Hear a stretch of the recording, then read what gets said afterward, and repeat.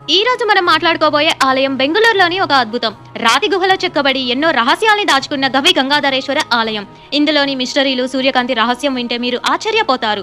ఈ ఆలయం క్రీస్తు శకం 16వ శతాబ్దంలో కెలడి రాజు కేంపేగౌడ నిర్మించారు.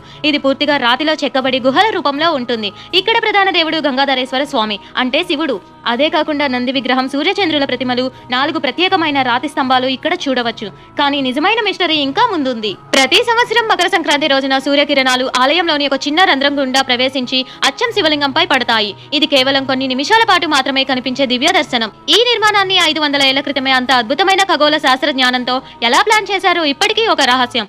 అంతేకాదు, ఇక్కడి టన్నెల్ గురించి ఒక ఆసక్తికరమైన నమ్మకం ఉంది. ఈ టన్నెల్ కాశీ వరకు వెళ్తుందని చెబుతారు. కానీ అది ఎవరూ ఇప్పటి వరకు కనుగొనలేకపోయారు.